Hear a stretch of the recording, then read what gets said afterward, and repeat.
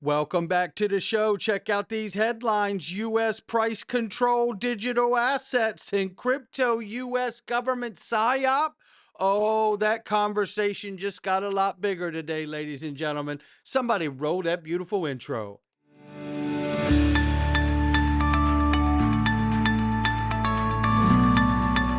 Digital Perspectives with Brad Kimes. Come on in.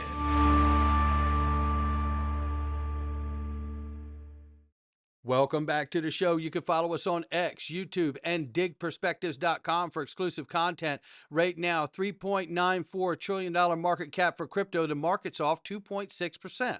Bitcoin 111,300 plus, Ethereum 4,600 plus, XRP at the number 3 spots 295. Now we're off 2.2 on the 24 and 0.7 on the 7-day. Let's take a look at the range of price, ranging between 293 and 312. We have some important TA for you to see before we get out of here today. But let me show you this because this is equally as important. This is iTrustCapital.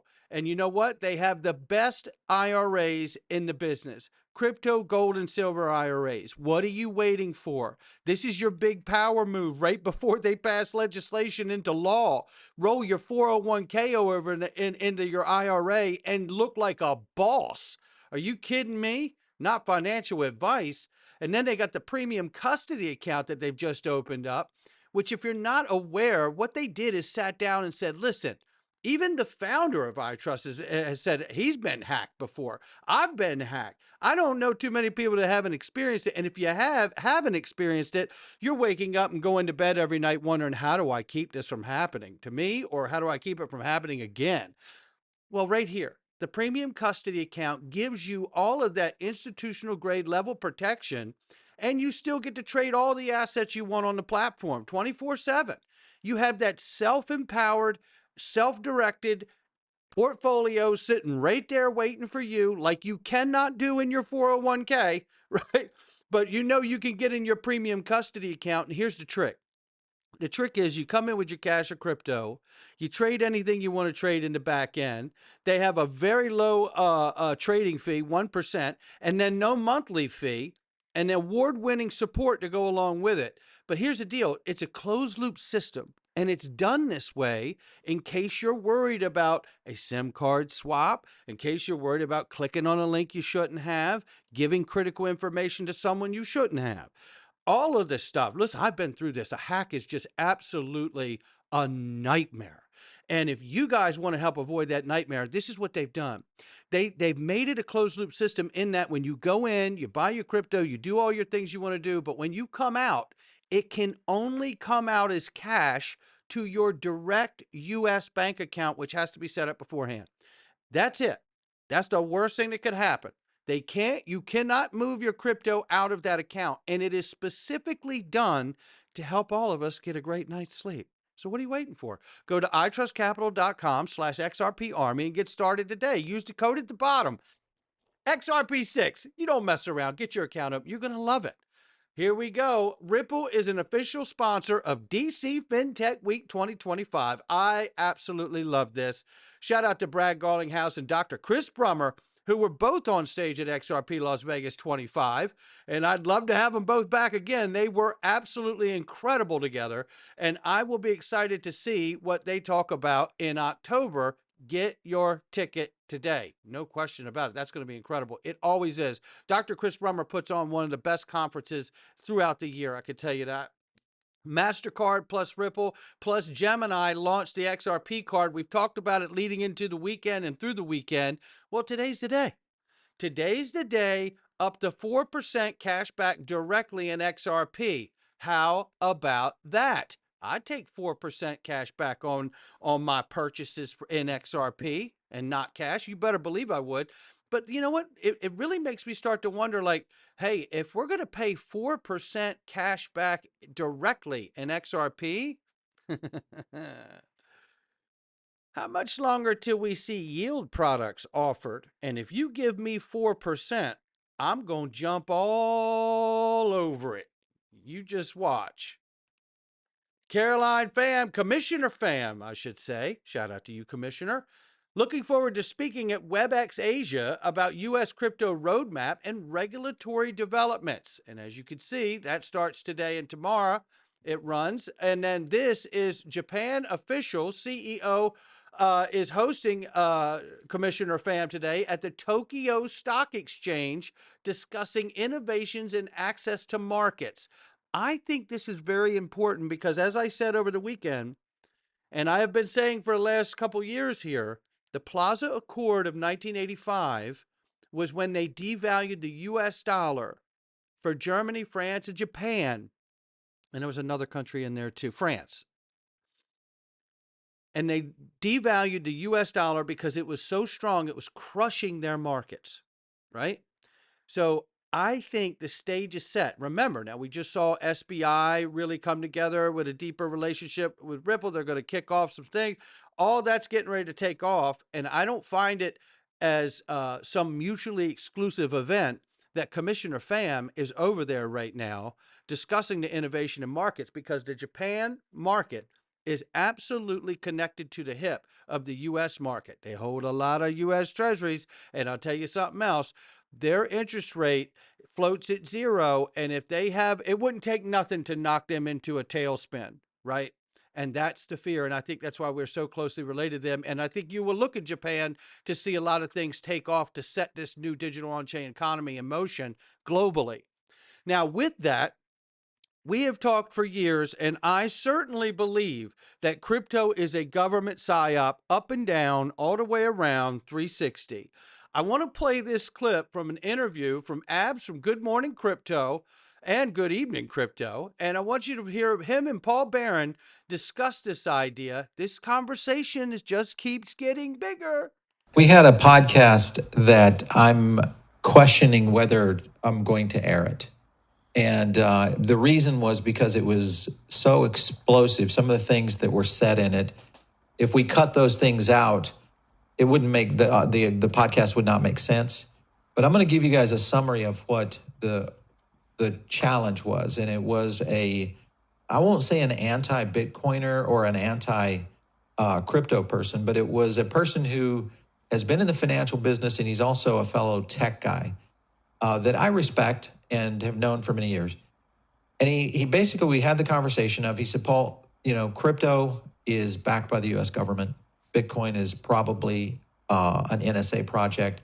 Most likely, this is just a matter of time before, the powers to be at B that are going to simply say, okay, we got it from here. Okay. What is your theory on that position of how there are real cognizant, I think, and people that have heavy validity in the market, a lot of respect, that are now starting to point in that direction that this is a psyop? Well, that question is getting much bigger, right? And what's interesting about this is that I do believe that this entire movement is a psyop, from Bitcoin to XRP to everything in between. Now, what do I really mean? Let me explain. First of all, this guy knows, but doesn't want to offend the Bitcoiners. Question I have is not a criticism, and I think it's a question that even serious Bitcoiners have to consider, and gold investors have to consider too, with Bitcoin in particular, because it is a much safer, less censorable technology. And it doesn't, we got to get into the origins of it or what that means, or Ripple and XRP highways and all these other debates, and Glenn Lilly and Jeff Mann and BTC. Is it Langley or Satoshi? Get past all that. Get past all that. That's a lot to get past, isn't it? That guy knows it. That's why he floated it. SHA-256 algorithm at the heart of Bitcoin's protocol. But they want us to believe it was some fat kid living in his mom's basement, doesn't like to get up early and go to work. We know that Rana Sayad, the special agent from Department of Homeland Security, said in front of the SEC, CFTC, and other government agencies that they interviewed the 4 Satoshis. We've been over this. And I'm not saying this to beat Bitcoin up. We know that Ethereum and Vitalik took money from CCP China This is not a guess. These are facts. Now, you could choose to interpret them how you want to, but we do not get to choose our own facts. I mean, that's what's going on here, right? XRP. We know Greg Kidd worked at the Federal Reserve, says he's deep state to people in interviews. And he told me directly he introduced Ripple to the Treasury. And that's how we got so many people from the U.S. Treasury coming through, including the 43rd U.S. Treasurer, Rosie Rios. But we're supposed to believe all of this came about because somebody in their basement said, you know what, I don't like the way money works. I think that's cute. Yeah, I do. I really, really do. You want to hear the truth? Here's the truth. Here's a rare piece of truth from honesty from a Bitcoin purist, Jack Dorsey himself. So let's fast forward to the future, and Bitcoin has failed. How did it fail? I think it fails through irrelevance. Like it fails to be relevant to people on a daily basis. If it just ends up being store value and nothing more, I don't think it gains relevance at all. I think it has to be payments for it to be relevant on the everyday. Otherwise, it's just something you kind of buy and forget and only use in emergency situations or when you want to get liquid again. So I think if it doesn't transition to payments and find that everyday use case, it just gets increasingly irrelevant. There you have it. Rare moment. Honest truth from a Bitcoin purist. I told you Bitcoin was hijacked by Wall Street, and people don't want to believe it. But that is exactly what has happened. We have sat back and watched Wall Street just take over Bitcoin. And how special is it now? And now we're even talking about a U.S. strategic reserve for Bitcoin. And in 2019, I go to Bitcoin Miami and look at a U.S. dollar bill burning, hanging from a giant banner from the ceiling. It's where I met the Honorable Christian Carlo, who, by the way, when we met, turned around and we both were in agreement. He said, that sign's got to come bleeping down. And I said, you better believe it. They don't get it around here. They don't get it. You're making yourself a target to try to say you want to replace the dollar. That isn't happening. And we know it isn't happening because Bitcoin has been hijacked by Wall Street. And now it's a speculative instrument that everybody can get a position on an ETF or go open an account on exchange and buy some yourself. Or we could all forget this maxi business and come together and put Bitcoin on the ledger, which it already has been since 2014, according to Chris Larson. And if you get Bitcoin represented on the XRP ledger, it can move at the same speed and at the same efficiency as XRP and all the other assets on the ledger. And that would help make it great for payments. People helping Bitcoin maxis, that's all. Again, the Bitcoin maxis are the one who do the attacks. And I'm not talking about Jack Dorsey. Jack's focused on finding real utility for the asset. And I commend him for it. But what we're really talking about here is all the other Bitcoin maxis out here, like the ones that have tried to block us from a show of solidarity to be at the same venue once Bitcoin Vegas ends and then XRP Las Vegas starts. They shut the door on us on that. Because we might be small, but we are mighty. We're not full of bots and PR machine money. No, the people are here because they can add. 1 + 1 is 2. And we know how to carry the one. We all know that. So at the end of the day here, what I'm looking at is I am looking at a government psyop all the way around because the world needs a new money. And it isn't just Bitcoin. It's a new asset class. And I'm not going to play this whole thing, but you tell me, because this is how the U.S. government, when you talk about government psyop, it isn't just the creation of Bitcoin and other assets. Oh, no. It's how do you control them once they're created so it doesn't get away from them. The elite, the power brokers of the world. This is the one to do it. Now, they're floating a lot of ideas, Chris, about how to acquire some of these digital assets.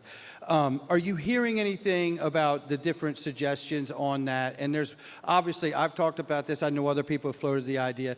Is it out of the realm of possibility to consider that there would be a new bond issuance of digital assets in the future? Not next Tuesday, but in the future. Oh, I think it's more than a possibility. Yeah. I think you're going to see it at multiple levels. I think you're going to see it at the corporate level. I think you'll see it at municipal levels. And I think ultimately you'll see it at the national level. Now, with that being said, that is how a government psyop would be controlled after it's been created. So if we see U.S. digital asset bond issuance, for me at my house, doesn't have to be for you, but for me at my house, that will be the absolute nail in the coffin that tells me we got it right. We nailed it. Target. Boom. Because if they release U.S. digital asset bonds, it tells you everything you need to know. They want to control the market. They want to benefit from controlling the market and accumulating the assets underneath of the bond issuance. This isn't the first time it's happened in history. Tell them, Chris. Interesting is when you talk about the oil comparison here, in the creation of this digital asset stockpile, they can sell the assets out of there. And I think some people have mistakenly looked at that as a deficiency to that. But what I saw is that is just like oil. They can sell oil. So if they acquire these digital assets and over time they can sell them, they could price control these assets in question just as they do oil. And you know, countries have been doing this since the dawn of time. Right. Okay, there it is. Countries have been doing this since the dawn of time. And we haven't seen a new asset class since the launch of the bond market. Was a long, long time ago.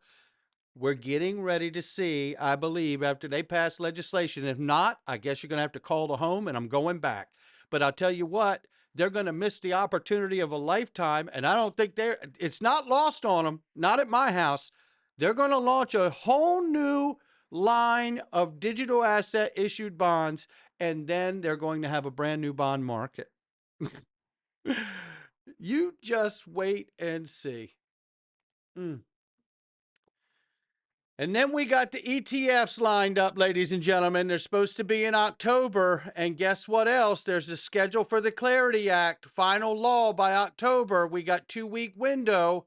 It could get worked on between the two committees in September and October. And then we could see move on into, because matter of fact, if we go into September, right, they come back on the 3rd, they say. So they got about 3 weeks, well, 2.5, let's call it 2.5.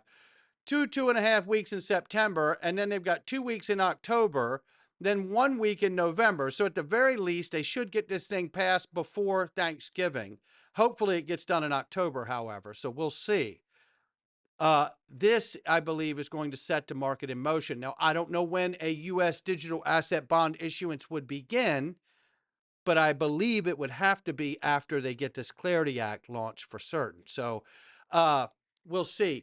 Uphold throws it out here. September pain, October gain, November insane. If we get the legislation we need, this could absolutely fall into place. And speaking of which, Eggrag Crypto shares 4,383 days of perseverance. I want to shout out each and every one of you for having the stones and the fortitude to muscle through every one of these just painstaking days, 5 years of a court case that is officially over. I just want to celebrate each and every one of you for having a backbone and not let anyone shake you. Oh my goodness, I just absolutely love it. So you're telling me, he says, XRP has worked tirelessly since its inception to close at $4.13, only then to enter a bear market. He says in the next 6 days, XRP is set to close a full body candle 2-month time frame above the $2 mark for the very first time in its history. This would be the highest candle closure XRP has ever achieved on the 2-month time frame, apparently. So the fib charts for this cycle are crystal clear and remain unchanged. He says here, since the start of this journey, Fibonacci 1.272 is $8. 1.414 is $13. And Fibonacci 1.618 is 27. Not financial advice from me or anyone else. We're going into the freedom zone, and boy, oh boy, are you going to want to join us today. We got trouble in River City, ladies and gentlemen. You're in the same position. We're going to get into it. You're going to want to know about it. What's going on inside of our government and border security. Look, we're going to tackle that. You need to know about it. And then I'm going to have some really cool, like motivational stuff, inspirational stuff that I feel is absolutely spot on. You could join us too. Remember, you get the same price whether you join us on YouTube or Patreon or X. You can get all those places underneath the link in the video, as well as all my daily videos with 0 Google ads. That in itself is worth the price of admission. It's a great way to support the channel, and we are super grateful for every one of you that do. We will see you inside. Not financial advice from me or anyone else. Come on in.